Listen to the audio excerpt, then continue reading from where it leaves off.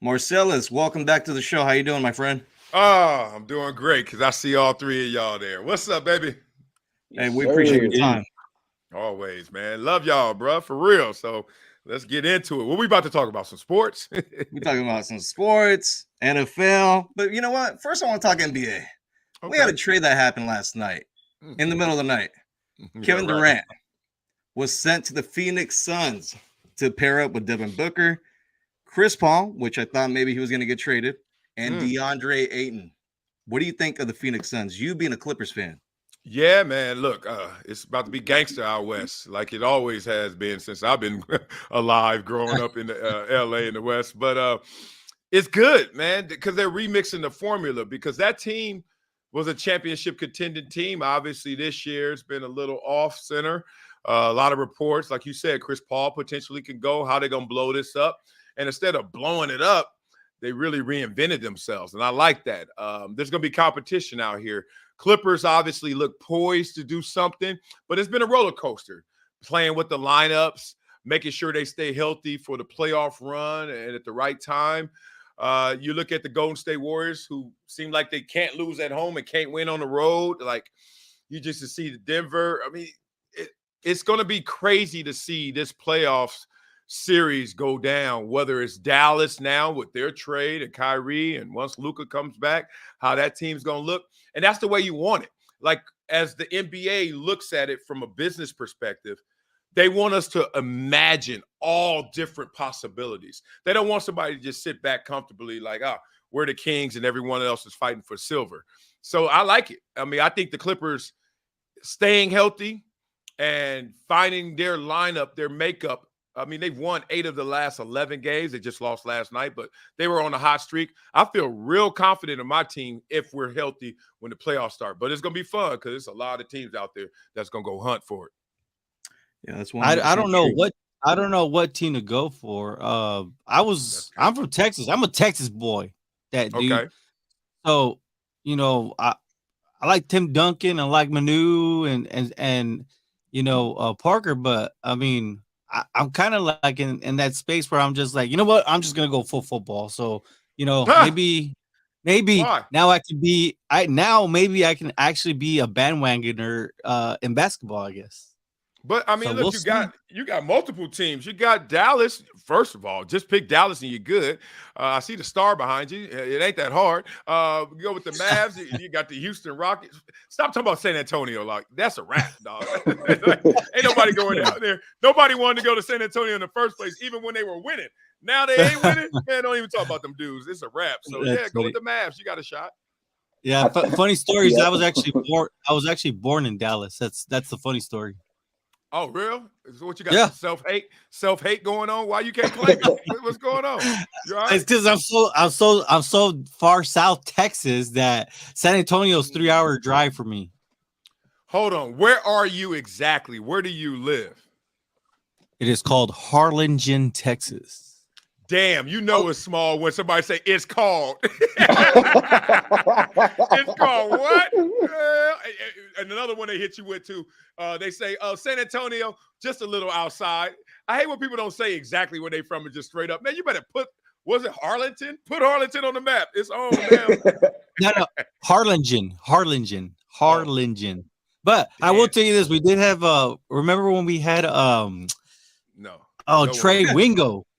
We had Trey Wingo on, and he was like, "Where?" He goes, "You're from Texas, Jerry?" I go, "Yeah." He goes, "What part of Texas?" I was like, "You won't know. You won't know." Trey. See, that's what they do all the time. That's why nobody knows because y'all always go, "You wouldn't know." Like, say it. I do the same thing. You wouldn't know. I live between Fresno and Bakersfield in a small town named Tulare. So I never say Tulare because nobody knows where Tulare is. And that's part of the problem. Nobody ever gonna know it because you never say it. You got to start saying these little ass places. Damn, y'all from where you from, Kendall? Y'all some dusty ass living people. Where y'all I'm at? from. Hey, if you don't know where Tulare is, you don't know where Harlingen. I'm from McKinley, North Carolina, but I'm not too far from Raleigh, North Carolina, though. It's the same thing. It's the same thing. Golly, how y'all even got Wi-Fi? We got to put ourselves on the map. Man, y'all ain't even got Wi-Fi to put this podcast together. How y'all doing this? Like, I'm amazed. I'm amazed a y'all got struggle. bars. Oh, The man. funny part is I'm from the Valley, but Fidel's from the Valley, so I don't get it. You know, which one is the Valley? Man, y'all, I mean, good for y'all. Put them all on the map. I liked it. Y'all just keep doing this podcast, and those spots like Harlingen, they're going to blow up one day. No, yeah. cool. Well, a lot of people know South Padre Island. That's actually a big time. It's a big time spring break place, so it's huge. Okay. Yeah. You By can the actually border. walk around with your drink in your hand, like alcoholic beverage and everything. You do that everywhere if you somebody. No, just stop. Let me stop. No, you can do that. You lying though? On the beach, on the actual beach, cops won't even mess with you. Yeah, they do that in LA too. I'll just let you know. Like they drink on the beaches in LA too. You just maybe got to be a little more discreet. But I get it. All right, let's move on now. Let's talk some NFL. So obviously, from the last time we talked to you, a lot has happened. Tom Brady retired Again. The Yeah. Broncos traded for Sean Payton. Mm-hmm. Panthers hired Frank Reich as their head coach. The Texans hired D'Amico Ryans as their head coach.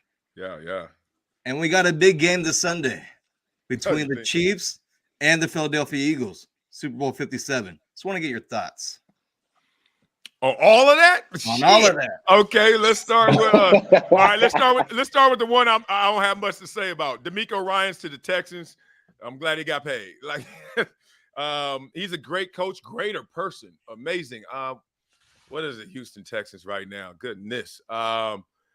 It's weird because in that division, obviously you got the Colts, you got the Titans, and you think about Jacksonville, who looks poised to really just run with that division going forward. You got a chance to do something there. But low expectations. Hopefully he exceeds them, but they also don't have a short leash because you know how that can go. You get a 6-year deal, they could cut you real quick. So here's the thing. Let's talk about Frank Reich, he's a good coach. Didn't work out in Indy for the obvious reason. He couldn't find a quarterback. Like he tried. Then finally, one more lifeline, and Carson Wentz didn't work out. And then, oh my God, Matt Ryan. Oh God. So I get that. But Frank Reich's a good coach. Steve Wilkes, he went 6-6, 1 to 6 games that he did. 6 of the 7 were won by him. But he's been a head coach before, Arizona Cardinals. That didn't go so well. I can understand why you want a Frank Reich in there because you're going to have some quarterback issues. Maybe he can address them, even though it didn't work out in Indy. Sean Payton, that's a beast. That looks amazing. I think Sean Payton, though, as great as that roster looks, he has some apprehension in terms of Russell Wilson and where he is in his career. We heard for years about Russell Wilson in Seattle from all his teammates, from people up there who were saying, Russell is a little different than you guys perceive him as. He's a great quarterback, but not as great as you think he is. He's a good leader, but not as good as you think he is. He's a great player, but not as great as you think he is. Like it was kind of like there was always an issue. It was usually the Legion of Boom or some other players that we all just said, they're just disgruntled. They're just mad, jealous of his success. Now we're kind of like, maybe they were right. Like Russell Wilson, talking about falling off a cliff. Goodness. So this is going to be a huge year for Russ. Sean Payton knows that he's secure whether Russ succeeds or not. He's going to try to build him back up and see what he can do. But you got to dress Russell Wilson up. It's no fixing what he does. It's just dressing him up. But that's going to be fun to watch. Super Bowl, keep it simple, man. I think that the Kansas City Chiefs going to be more comfortable in uncomfortable moments of this big game. And therefore, they're going to win this game. Jalen Hurts didn't look amazing in the NFC Championship game. They won, so we excuse it. But if he does that again in this Super Bowl against the Andy Reid offense, that's going to put up some points you would assume against this Philadelphia Eagles defense, then it's going to be too much. I just think it's going to be the slight edge. Now, Patrick Mahomes, my man, he's going through his Kobe moment because Kobe famously used to say, I want to win, but I want to be the reason we win. Ooh. So Kansas City right now has won a Super Bowl and lost one. And in neither one did Patrick Mahomes play a great game. Both bad games. But he won one, so he got an excuse. The second one, we were like, no touchdowns, nobody. If he goes out there, even with the injury, and lays an egg again, It's going to look different for Patrick Mahomes, the great. So I think there's a lot more on his shoulders, a lot more of him to burden than just winning this game. He wants to be the reason they win this game. And if you ask me any other questions in there, I'm sorry, I forgot. I've been hitting the head a lot. Hey, Real Marcel, that's some real good points, man. Appreciate it, man. Appreciate it. That's what we do in LA. You know, this big city talk. You know what I mean? Let me stop. Yeah. While we on the Super Bowl, we do know you you was with Fox and Speak for Yourself was your show that you was most famous for there. Fox is hosting the Super Bowl, so you got the Herd there, Undisputed, First Things First, Speak, and all that. Why do you think they only they mainly cover it every 3 years where they have the shows and things out there? Why do you think? And you know how ESPN they normally go every year. They have First, Second, all the shows out there. They didn't take the Carton show. They didn't take the morning show. The Carton show didn't go. I know Speak, First Things First, and they hate that show. I talked to some of the execs. They hate that show. I mean, look, you could have. I mean, golly, I don't talk bad about anybody, but I'll talk bad about what you do, not who you are. Now you figure that out. But that's a horrible show, and it was horrible on paper. I was like, golly. I mean, this is stuff I knew when I was negotiating. Like, that ain't the best lead in. That ain't how you want to kick the ball off, coach. Let's just say I don't that. like it. I don't like it either, man. I turn it on in the morning, but I be waiting for Skip and Shannon to come on, man. Mm-hmm. That part. Skip and Shannon probably mad a little bit because they like, this is what's setting us up. Ooh, this ain't no good appetizers over here. This is some bad food. I digress. There's two things going on at once. One, you can't get the Super Bowl every single year as a network, right? The NFL uses that as leverage. So it's a big dog and pony show. So when it's your year, you better show up and show out. And the NFL is watching. How big of a studio did you build on the beach or in the canyons or at the NFL Experience? How was your parties? What kind of celebrity did you bring? What was your Q rating? How did it rate? How was your performance on air broadcast? Like the NFL is sitting there almost like a fat man, just like rub my belly every Super Bowl, whether it's Fox, whether it's ESPN, ABC, whoever, CBS, they're like, show up and show out. You got it this year, then you're going to wait a couple of years. You're going to get it again.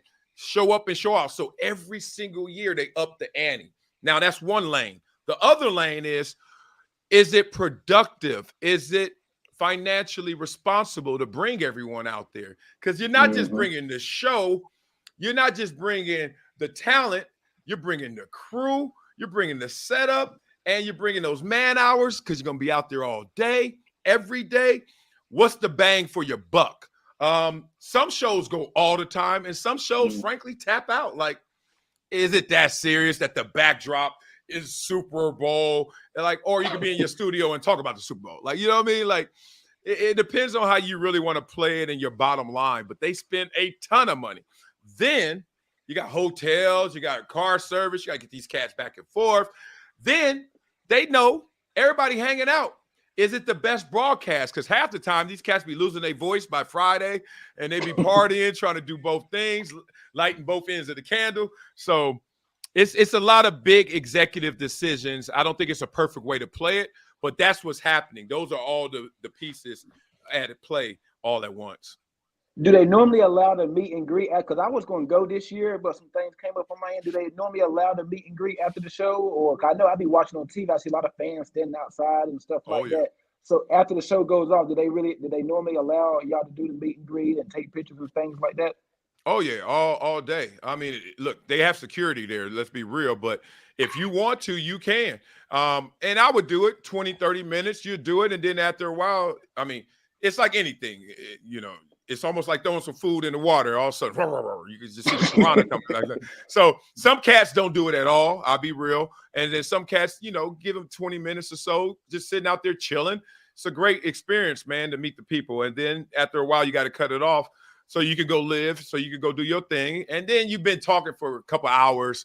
You obviously got to kind of debrief, get into your own zone. So, yeah, you can meet people. And you, more than the people on TV, the best part about the Super Bowl is just walking down the street and you're like, is that Bill Parcells? Yeah, that is Bill Parcells. Like, wait a minute, is that Jeff Fisher? You're like, yeah, that is.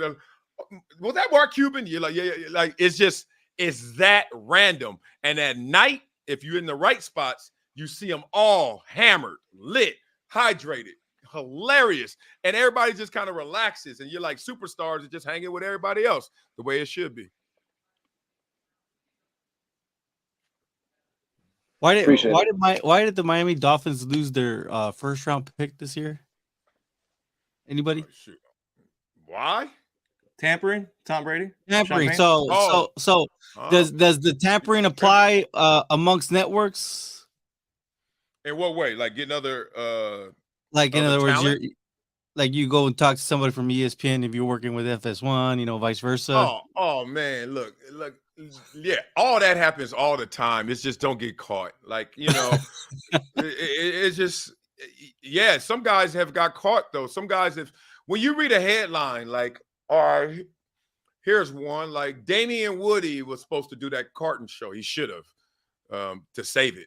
Like Woody would have helped, but he didn't. Now, how does that come about? They've been talking to him and they thought they had something. Then they didn't have something. Then obviously the report comes out. But we could call it tampering so we can label it something. But in reality, a lot of times it's your friend. Like Max Kellerman's my boy. If I talk to Max when I was at FS1, is that tampering? And then Max is like, yo, I want to work with you again. Talk to my exec, my boss, my producer. Is that tampering? You can say, yes, it is. But really, I'm talking to my boy about another opportunity maybe later. So it happens all the time, especially like at Super Bowls. It happens at the combines. It happens when everyone's gathered there. You're going to have a drink with somebody that you work with or work on a different network. And then if their boss is there, oh, yeah, man, I love your work. I love what I saw what you said about Tom Brady. Like, that's just the way the game goes. And that's the way it should be. Only don't get caught. Because if you get caught, they're going to look bad. And then they're going to have to save face and they're going to put you on blast. Yeah. Well, you know how you said earlier, we got to put ourselves on the map. And, I got to put myself on the map. Obviously, I'm a Cowboy fan. You can see, obviously, by the star. I see the jersey right behind you. I see it. The Cowboy Cast is a project that I've been working on since November. You did talk about Russ, and Russ was cooking at one point. I don't know if you remember that. Russ cooking, and so let me ask you this. The Cowboys, I need a plug for the Cowboys Cast. I need a little cut up for the TikTok worlds and the Instagrams. Do you think that Brian Schottenheimer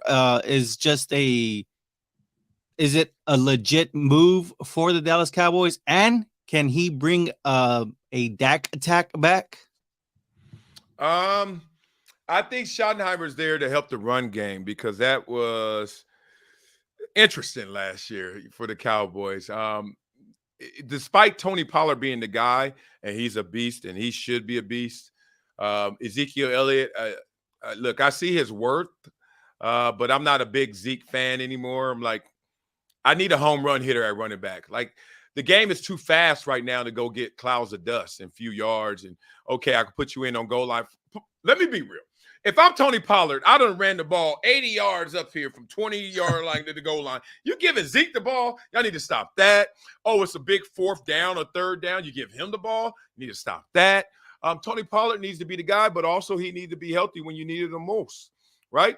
And I'm just looking at it like they need to figure out the running game, like really commit. Now, the finances is making them still say, hey, Zeke, get your money's worth. We need a return on investment. But beyond that, in terms of game, if I'm playing on defense, I do not want to see Tony Pollard. I do want to see Ezekiel Elliott. Schottenheimer's in there to make some of those hard decisions. He's a new face, and obviously he's been there as a consultant, but he's in there in a power position to make some of those hard decisions. But to not call plays, that's Mike McCarthy back again.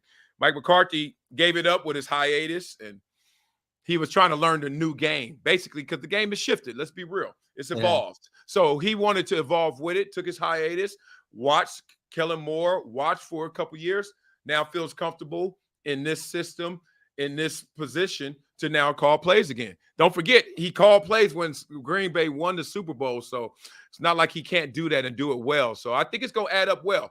I like Dak Prescott. I like the Dallas Cowboys. It's just, hey, they've come up short. And I want people to understand this. Coming up short is not that drastic.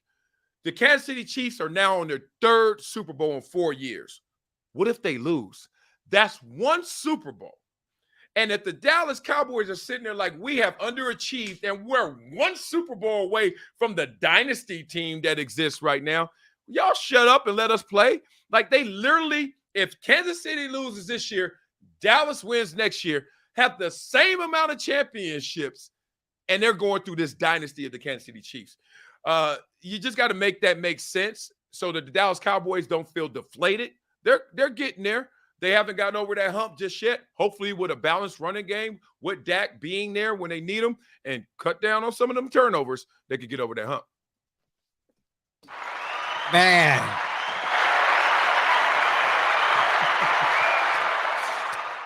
You said it, and I know how you feel about the Dallas Cowboys personally, right? But damn, you put that. I mean, you said that perfectly. That's gonna go on all socials. I'm gonna make sure I tag that dude for that. That was some great content there. Last one, real quick. Super Bowl. I'm imagining you're gonna watch it from home. Keyshawn Johnson's having an event. I was gonna have it at home, and I was gonna sit there, just chill out. Then I was like, nah, I'm gonna have it at home, but have people over. And then I start getting all these invites, and I was like, shoot, I'm going to their house. I'm going to their party. I'm going to eat up their food, drink they drink, and mess up their gig. So we're going to go to Keyshawn Johnson's. That's my dog, man. Remember when he got drafted? He had the biggest, best draft party I've ever seen. Really? Yeah, it was insane. I swear it was like, I want to say like Suge Knight. I want to say Tupac and them were like there? Like then. Like it was sick. Like, I mean, he was the number 1 overall pick from LA at the House of Blues. It was silly. All I remember is like, yo, I got to make it to the league. I thought you said he was Tupac was actually there at his draft party. That's crazy. I think he was. That is crazy. I can't lie. It was a blur. But it was star-studded. It was sick. It was like, what? So yeah. It's always a good time to hang with my boy Key. He crazy, but he the homie still. Well, I was gonna say, what's the dish? You know, what's the Super Bowl Sunday dish look like? And I want to know that from Fidel and Kendall, but more, of course, from you. For me, my daughter started making some like buffalo chicken dip, and it was good as hell. It was like spicy, but it still would have the bean dip with a little spice. And chicken, like buffalo wing chicken in there. Right. Shit. I was like, when she described it, I was like, I don't want none of that. It sounded like Alpo. Sound like some dog food. But then I started eating it. Oh my God, dang. And I swear I smoked it. Like, I'm one of those cats that eat as much as he wants. And then I just intermittent fasting. I make sure I don't eat all day. But when I'm eating, I'm eating. And that's my dish. Just some potato chips. I am a salt and chip dude. Like, give me some salt, give me some chips, Doritos. You give me a big party size Costco bag of Doritos. That's for me. That's not for anybody else to have. That $9 bag is mine only. I smoke a whole bag, so I'm pumped for it. That's me right there. Kendall, what are you having? I'm more similar to Marcel. I'm more like a finger food guy. Give me the nacho and cheese red bag Doritos. Yeah, get some ham or turkey bits or something like that. Some Townhouse crackers and something to drink. They gotta have like some Gatorade or something like that. But I might go out to Little City to get some pizza and whatnot. But it's just gonna be me and a couple of friends at the house. We do like some finger food, some ham and turkey bits, some nacho and cheese Doritos, and some dip, and sit back and watch some football. There you go. Fidel? Chicken wings, man. I'm a simple man. I grew up chicken wings. I'm good with those. Man, I don't know. I guess it's just the Mexican culture, I guess. But, man, we go all out, man. We're talking about barbecue, leg quarters, fajitas. Do you know what fajitas are? I hope you do. Hell yeah. I like how you said it, too. Fajitas. Like, we out here saying fajita. We go, fajitas. You go, fajitas. I like that. Hell yeah, I'll be eating that. All that. Don't get me started. Whatever I see food, I eat food. So whatever they making, I'm about to tear up. Man, I'm hoping that they do it. If you ever come down to South Padre Island, let me know. I'll put you on the map. We got the jalapeno bombers, the Mexican rice, Mexican beans. Wow. Oh man, you'll have so much fun, man. That's love, baby. You know I ain't coming down there because I don't even know what the hell that is. But I got love for you, big dog. I appreciate it. I appreciate it. Hey, Marcellus, just want to say thank you for your time, man. We'll catch up with you down the road. Let's do it, man. Keep it going, East West. Much love to you guys, bro. Right, appreciate it. Dude, appreciate All it, right. bro. Always, Yeah. man.